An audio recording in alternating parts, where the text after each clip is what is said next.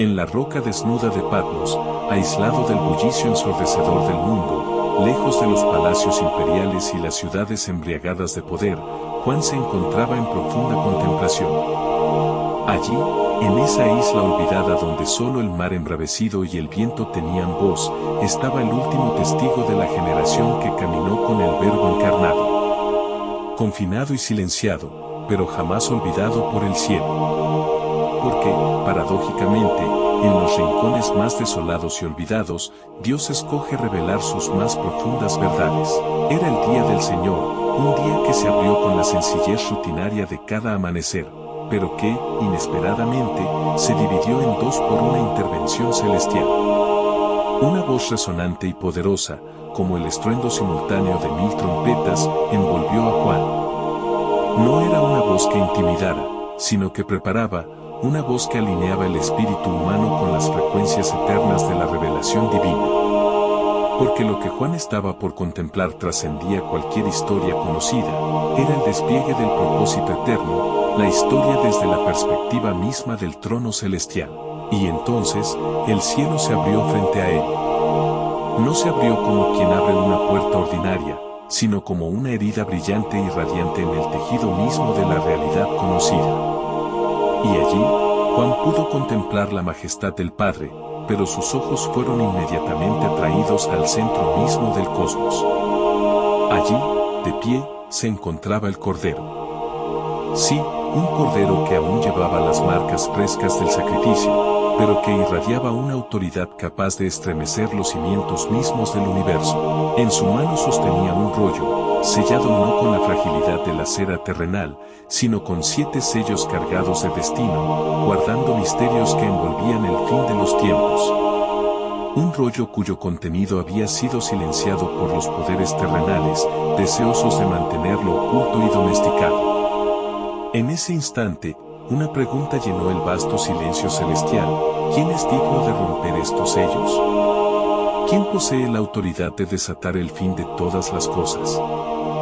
Nadie en el cielo ni en la tierra era digno, ningún imperio, ningún conquistador, ningún sabio o profeta tenía la potestad requerida. La escena conmovió a Juan hasta llevarlo a las lágrimas, preguntándose si acaso aquellos misterios permanecerían sellados para siempre, si la justicia divina jamás sería plenamente revelada. Sin embargo, en medio de esa incertidumbre, el Cordero avanzó con paso sereno y decidido. Él, que había conquistado no con la violencia de una espada, sino con el poder del sacrificio supremo, tomó el rollo en sus manos. El universo contuvo el aliento ante esta majestuosa escena, y entonces, con una fuerza tranquila que resonó en lo más profundo del cosmos, el Cordero rompió el primer sello. Uno de los 4 seres vivientes, con una voz poderosa como el trueno resonando sobre aguas primordiales, proclamó: «Ven». Juan contempló la visión emergiendo del velo desgarrado, un caballo blanco, imponente y majestuoso. Sobre él, un jinete que portaba un arco y al que se le concedió una corona. Este jinete avanzaba venciendo y para vencer, pero Juan comprendió rápidamente la realidad detrás de esta figura aparentemente gloriosa. No era el Mesías, sino un impostor magistral. Era el engaño inicial, disfrazado de paz y triunfo pacífico, un imitador con una corona que no le correspondía por derecho divino. Este primer jinete simbolizaba la apostasía, el falso liderazgo carismático y las promesas vacías de unidad global sin el verdadero rey. Y así, el primer sello se había roto, iniciando una cabalgata que sacudiría la tierra hasta sus raíces más profundas. Página número 1. El jinete del caballo blanco avanzaba dejando tras de sí no ruinas ni cadáveres visibles, sino algo más profundo e inquietante, un rastro de confusión espiritual. Su conquista no era de territorios, sino de mentes y corazones. Este jinete no traía la muerte, sino algo más peligroso, doctrinas diluidas y evangelios distorsionados. Su mensaje parecía inofensivo, envuelto en palabras de unidad, inclusión y tolerancia, pero ocultaba un evangelio carente de sacrificio y redención. No fue coronado por el cielo, sino por hombres ansiosos de una paz superficial y vacía. La humanidad, seducida y sin resistencia, se entregaba voluntariamente al espejismo de un liderazgo que prometía orden sin justicia, unidad sin verdad. Pero lo que parecía paz era solo anestesia espiritual, un sueño inducido que preparaba el terreno para mayores tragedias. Pero la revelación no se detuvo allí. Apenas Juan asimilaba lo visto, el segundo sello fue roto abruptamente. La voz poderosa de otro ser viviente resonó, como trueno que rompe sobre el abismo, ven. Entonces emergió otro caballo, ahora rojo como la sangre fresca que cubre los campos de batalla. Su color era el del odio acumulado, la ira reprimida por generaciones, lista para explotar en violencia abierta. El jinete sobre él no portaba un arco, sino una espada afilada. Su misión no era seducir, sino dividir y enfrentar. Le fue dado poder para arrebatar la paz del mundo, dejando que la humanidad se entregara al odio mutuo. Y así ocurrió, las falsas promesas del primer jinete fueron rápidamente eclipsadas por conflictos feroces. Naciones se alzaron contra naciones, ciudades se incendiaron bajo la furia humana, y antiguos rencores emergieron con fuerza devastadora. No era solo guerra entre países, era conflicto en cada rincón del mundo, en cada hogar y cada corazón. El segundo jinete no traía nuevas heridas, solo revelaba las profundas fracturas que el engaño inicial había escondido. Las armas físicas eran apenas un síntoma, el verdadero conflicto era espiritual y moral, una humanidad cegada por el orgullo, incapaz de convivir sin violencia. Mientras las espadas devastaban ciudades y vidas, el tercer sello ya comenzaba a agrietarse, listo para revelar una realidad aún más sombría. Pero la guerra nunca viene sola. Tras la violencia y el odio que el segundo jinete desató sobre la humanidad, llegó una consecuencia tan inevitable como devastadora, el hambre. Con el tercer sello roto, Juan contempló otra escena aterradora. Esta vez, el tercer ser viviente clamó con una voz fría, calculadora, como si estuviera anunciando una sentencia ineludible, ven. Y allí estaba, emergiendo lentamente, un caballo negro, oscuro como una noche sin estrellas, como la desesperación misma. Su jinete no portaba espada ni arco, sostenía algo aún más perturbador, una balanza. No era símbolo de justicia, sino del juicio implacable que vendría a medir la vida humana en términos de supervivencia pura.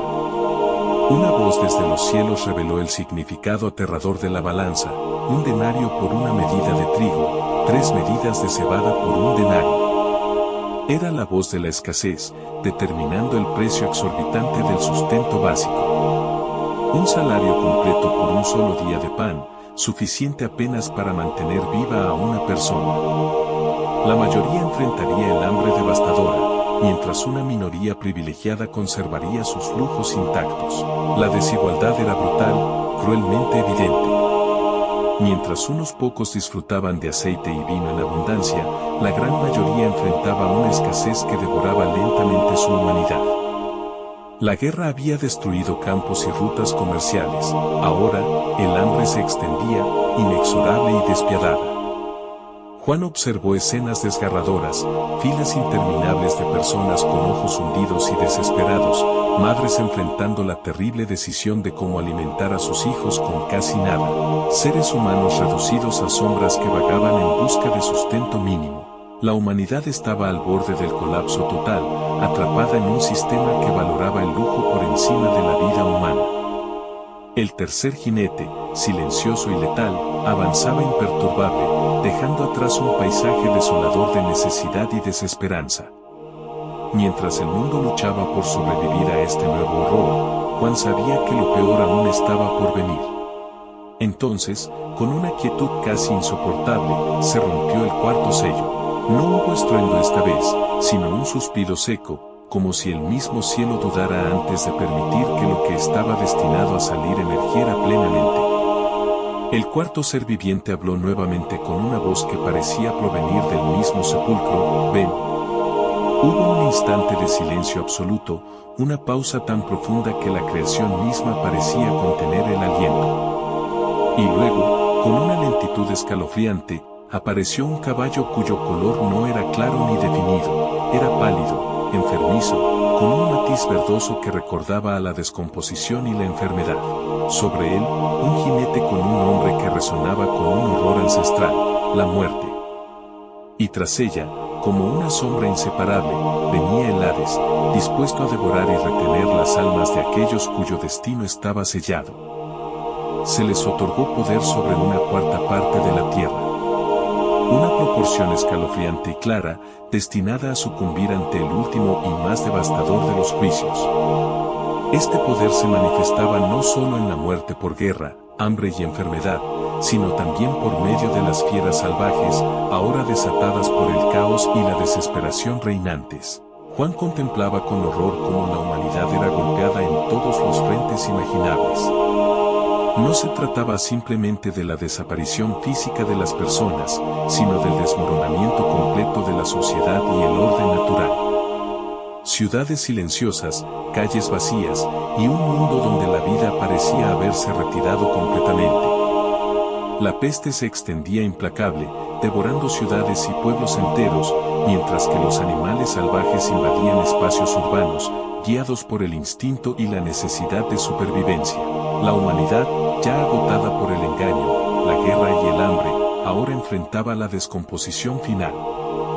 No quedaba lugar seguro ni refugio posible, la muerte estaba en cada rincón, acechando con silenciosa paciencia. Juan entendió claramente, este jinete no representaba un nuevo juicio, sino la culminación de todos los anteriores. Era el colapso final, la advertencia definitiva sobre las consecuencias de rechazar lo divino. Pero aún en medio de esta oscuridad profunda, algo permanecía. Había un remanente, un grupo de fieles que, pese a todo, aún resistía. Mientras la muerte avanzaba inexorablemente, aquellos sellados por Dios todavía respiraban. Su resistencia no provenía de fuerza humana, sino de una marca espiritual que ni siquiera el jinete de la muerte podía borrar.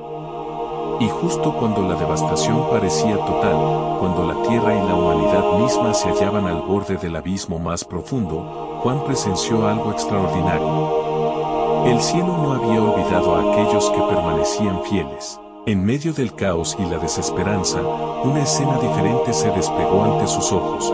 4 poderosos ángeles, firmes en los 4 rincones de la tierra, reteniendo los vientos destructivos que amenazaban con barrer toda vida restante. Un silencio celestial, ordenado y protector, se extendió momentáneamente por todo el cosmos. Fue entonces cuando surgió otro ángel, avanzando desde el oriente, del lugar donde nace la luz, trayendo consigo el sello del Dios vivo. Con autoridad celestial, clamó con voz potente: no hagáis daño a la tierra, ni al mar, ni a los árboles, hasta que hayamos sellado en sus frentes a los siervos de nuestro Dios. En medio de la devastación y la muerte, Dios había dispuesto preservar a un remanente. Juan escuchó claramente el número de los sellados, 144.000, un número simbólico, pero representativo de un ejército divino ordenado y escogido con precisión. Eran aquellos que habían resistido firmemente al engaño, la guerra, el hambre y la muerte, aquellos que mantuvieron la fe aún en las horas más oscuras, pero la visión no terminaba ahí. Al alzar su mirada, Juan contempló algo aún más grandioso y sorprendente, una multitud innumerable, proveniente de todas las naciones, tribus, pueblos y lenguas. Vestidos de blanco, con palmas en sus manos, alababan y glorificaban en perfecta unidad: la salvación pertenece a nuestro Dios que está sentado en el trono, y al Cordero. Uno de los ancianos celestiales explicó a Juan quiénes eran estas personas: estos son los que han salido de la gran tribulación. Han lavado sus ropas y las han emblanquecido en la sangre del Cordero. Eran los vencedores espirituales, aquellos cuya fidelidad no dependía de circunstancias, sino de una fe profunda e inquebrantable.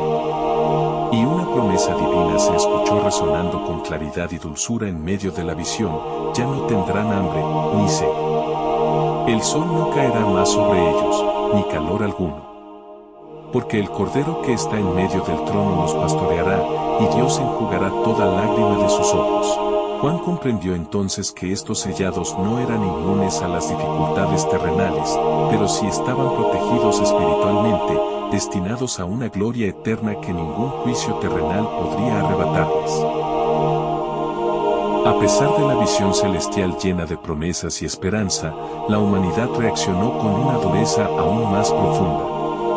Los sobrevivientes del desastre, en lugar de humillarse ante la evidente intervención divina, eligieron el camino de la obstinación y el orgullo. Juan observó cómo la humanidad se levantaba nuevamente, pero esta vez no en búsqueda de reconciliación con el Creador, sino con la intención de reconstruir su mundo sin él. En medio del caos surgieron nuevos sistemas y alianzas políticas y económicas. Se alzó un orden mundial, un sistema centralizado que prometía estabilidad, orden y prosperidad, pero que rechazaba claramente toda autoridad divina. Un liderazgo carismático emergió, cautivando masas con un discurso de unidad global, ocultando bajo su apariencia benevolente un profundo desprecio por todo lo que representaba la verdad divina. Juan entendió entonces que este nuevo líder no era otro sino aquel primer jinete que había cabalgado sobre el caballo blanco, ahora manifestado plenamente en forma humana, el Anticristo. Bajo su influencia, las masas encontraron sentido en medio de la crisis, pero rápidamente identificaron como enemigo común a aquellos que se negaban a aceptar su marca y a someterse a su autoridad. Se inició entonces una persecución sin precedentes contra aquellos que permanecían fieles al verdadero Cordero, no solo a través de la violencia física, sino mediante leyes opresivas, censura, humillación pública y exclusión sistemática. La fidelidad a Dios se volvió un acto de subversión, y mantenerse firme en la verdad implicaba enfrentar la ira colectiva de un mundo entregado plenamente al engaño. Juan escuchó claramente el lamento del cielo, y aún así, no se arrepintieron. A pesar de los juicios ya sufridos, las plagas, las muertes y las advertencias divinas, la humanidad persistía en sus prácticas idólatras, hechicerías y corrupción moral, adorando abiertamente al líder que encarnaba la rebelión contra Dios. Era una rebelión consciente y decidida, una elección deliberada por rechazar la autoridad divina y abrazar una autonomía ilusoria que conducía inexorablemente al juicio final. Juan sintió la tristeza profunda de comprender que, aunque la misericordia aún resonaba desde los cielos, la humanidad se aferraba voluntariamente a su propio juicio y destrucción.